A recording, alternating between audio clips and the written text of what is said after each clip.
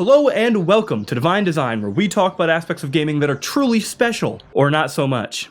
If you watched Nickelodeon at all during the early 2000s, then you couldn't escape the trailers for Tak and the Power of Juju. There are just so many commercials, and they would just play constantly. No joke, whenever someone mentions the name Nickelodeon, my first two thoughts are Avatar: The Last Airbender and Tak video game. Trust me, I'm not too proud of putting those two titles in the same sentence either. So I've always wanted to play through Tak and the Power of Juju, if for nothing other than closure. Ever since I heard Tak say the line, "That's Juju for your mama," I just always wanted to finish this so the fever dreams would stop. I don't really have too many expectations going into the game. It just looks like a generic 3D collectathon, 3D platformer, a nice caveman aesthetic. I'm sure great voice acting with Nickelodeon. Your mama, that's Juju for. Your mama, that's Juju for. Your mama, that's Juju for. Your mama. Help me. So the premise of the Tak story is as follows. A shaman named Talok has turned the village of the Pupanunu people into sheep. According to prophecy, a great warrior must come to save the day, except for the fact that the warrior is also a sheep now.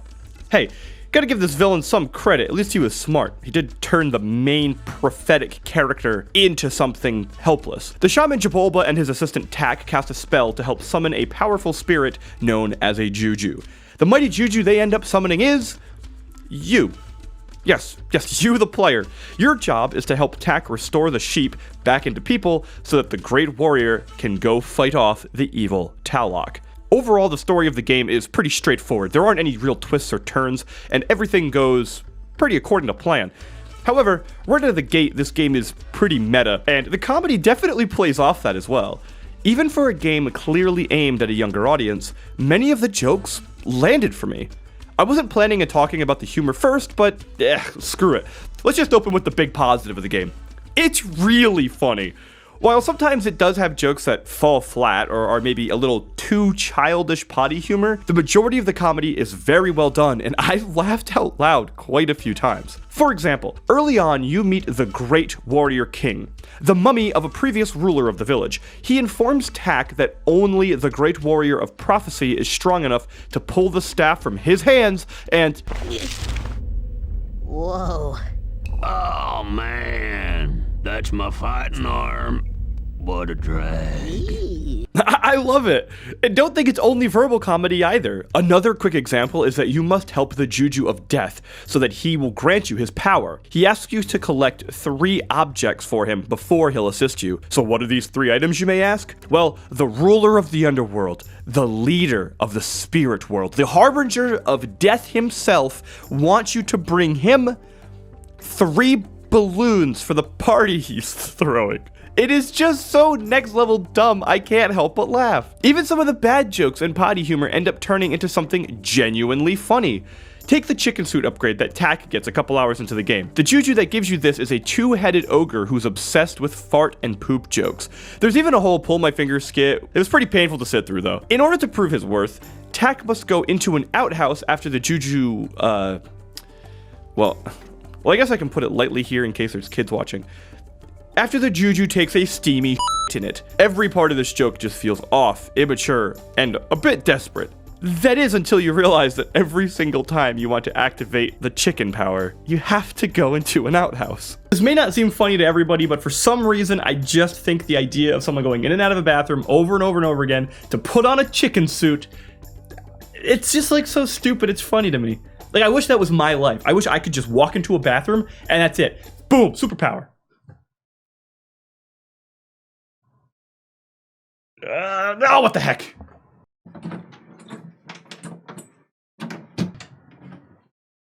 Great. I unlocked the ability to blow myself up. What a gift. Good.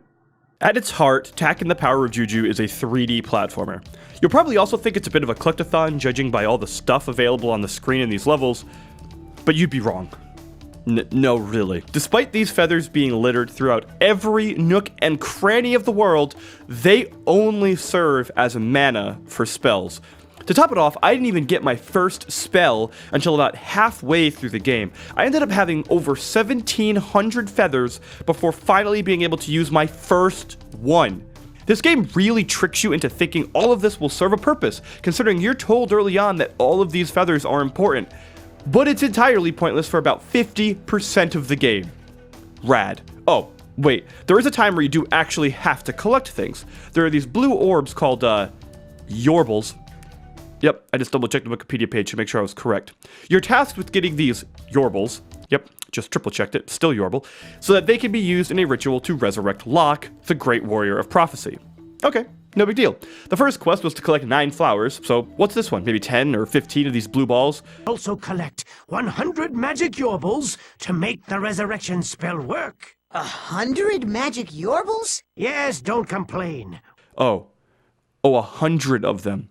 Oh, yep, okay, alright, sick, cool. I mean, living as a sleep seems fine. Now, the game does make a pretty funny joke here about how back in Jabulba's day, it would take 10,000 of these orbs just to do the ritual once. It's kind of funny and probably a nod to games of the past, which is pretty clever at the end of the day. But geez, 100? What is pacing? What even is that? The only part that makes this 100 collectibles so badly designed, though, is that this is the only objective right now. This is it. There are no concurrent quests during this period, nothing in the mix-up of the objective, or to complement this goal, nothing.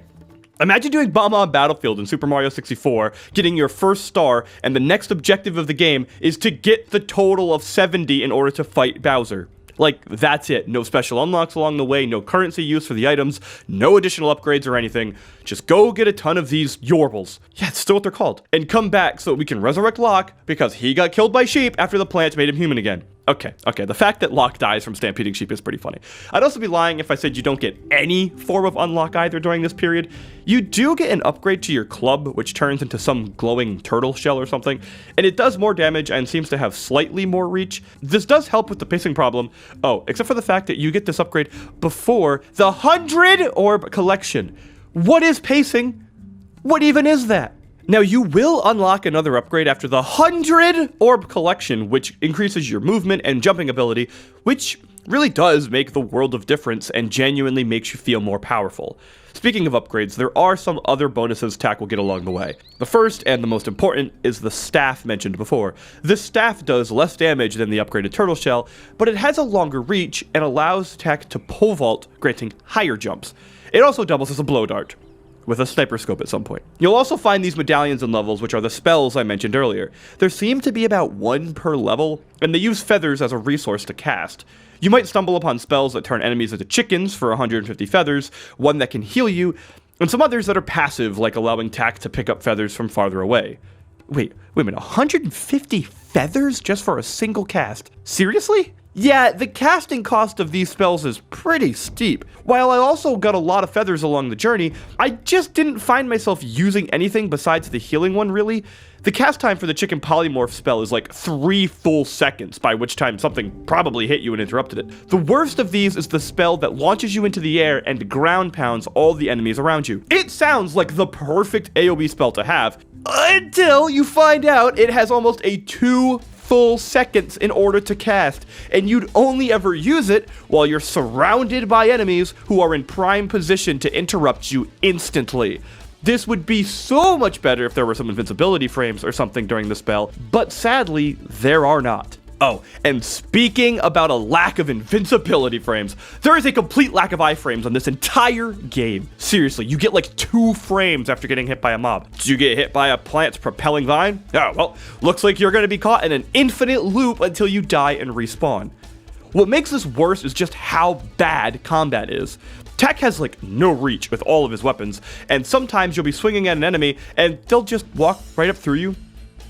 They just walk right through Tak's attacks. Oh, good pun. And then you get hit anyway. These little enemies don't even really fight you either. They don't swing a weapon or a claw at you. No, they literally just leap at you and throw their bodies into Tak to deal hitbox damage. Their whole quote-unquote attack is hitbox damage via dolphin dive and nothing else. Now, I'm not going to pretend that 3D platformers typically have good combat and that Tak by some means is far worse than the others or anything. If I'm going to be fair here, Tak's combat isn't actually that much worse than the others in the genre, and would be pretty acceptable if not for one thing. You fight things constantly, When you first enter a level, you're engaged in combat every 10 to 15 seconds between mobs, it feels like. This perpetual state of fighting just makes the combat's flaws expose themselves over and over and over. The biggest question of all regarding Attacking the Power of Juju, though, would now be, how's the platforming? Well, it's not too bad. It can be really hit or miss at times with certain puzzles, but overall, it's very serviceable. There isn't anything here that's particularly great, but none of it's really horrible either.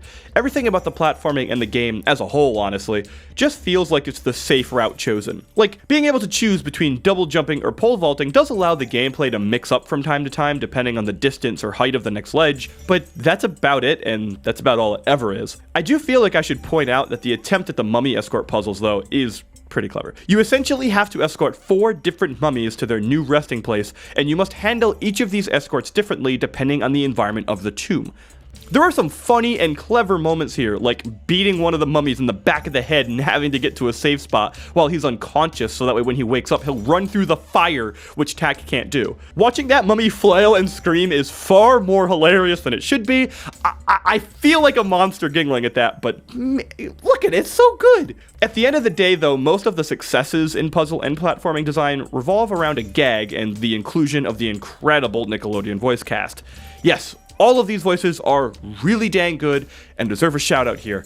I wish I had more to say, but man, they're great. And then there's the Chicken Temple. Wow. Okay, hold on. So to be fair, the start of this area feels pretty fun. You end up having to platform past some guards to grab a golden egg and sneak back to the center shrine where you don't place the egg in reverence or anything. No, you straight up crack this perfect golden egg into a bowl and that raises the platform to the next level. You know, sometimes you laugh at something funny and the rest of the room is silent. It's about how I feel here. It's just kind of awkward, but I'm still laughing. You want to know what makes me stop anything laughing, though? The final puzzle in this level. Man, Tack isn't a hard game. You'll die a lot, but its incredibly forgiving respawn timer and location make the game move quickly. Most of the quote-unquote challenge is because of the crappy combat, but it's not hard, just tedious. And then you attempt to finish the Chicken Temple and that one room. Okay, let me just run this down for you.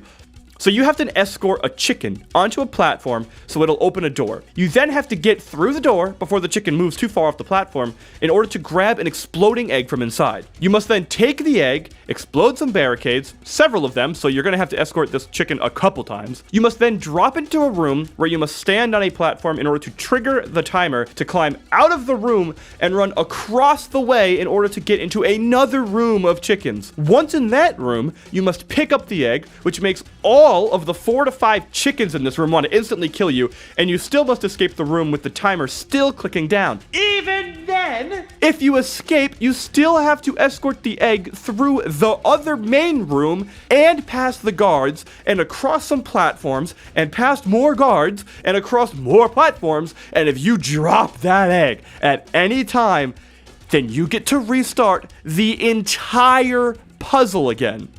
Wow, this is incredibly frustrating. It's easily the hardest part of the game, and really the only difficult part. But it's out of place, and you're just so unprepared. What makes this worse is the fact that due to the nature of moving across the room so much, and everything being on a timer, the chicken spawns and patrols are random. So you can have a perfect run just get screwed up by the fact that a chicken ended up patrolling into the egg you need to pick up. Also, half the time, you just want to climb up a rope, and Tack just doesn't. He'll just jump through the vine and you'll watch the vine sway back and forth as he just moves right on through it. So like half of my attempts revolved around me just attempting a jump, Tack not grabbing, and then me just turning around to restart the timer again.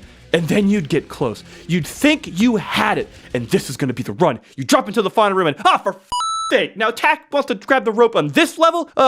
Okay, oh boy, here we go. We had the egg, and we're gonna just get out of the room, and you, chicken. I hope you get served with a fucking salad. Okay, bam. We made it out of the room. Hallelujah. This is it. This is the run. Just gotta make it slowly past the guards, and we're on our— fuck you.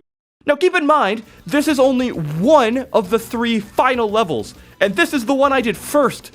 I couldn't prepare myself for how tough the other 2 could have possibly been, and then they ended up being stupidly easy because pacing. What even is that? Overall, though, Attacking the Power of Juju is just an okay experience. I can't really get too bad about it. The counter to that, though, is that I also can't really seem to love it either. There are definitely a lot of people out there who do love this game and stand by it rather strongly. It's an incredibly flawed experience, but its imperfections seem mostly from safe choices, developer inexperience, and a small budget. Tech in the Power of Juju feels almost immature. It just feels like Nickelodeon dipping their toe into the water of game development. There is definitely something here that could be way better. All of the groundwork is set, and the game does almost everything so average that iterating upon this formula could only go up from here. Expanding on platforming and puzzles, providing a smoother combat experience, and having the upgrades feel more impactful and rewarding would make this game a whole lot more enjoyable to play. I do know that there are 2 sequels to this title, being Tak 2 The Staff of Dreams and Tak and the Great Juju Challenge. Honestly, while I'm not really happy with my time with this game, the foundation they've created with the gameplay and the comedy along with it definitely has me curious to delve further into the franchise. So in that regard, as the first game in a series, I guess I gotta give it a success. Good job. It's not a very good one, but I mean, nonetheless, you gotta give credit where credit is due. The end. Because pacing. What even is that?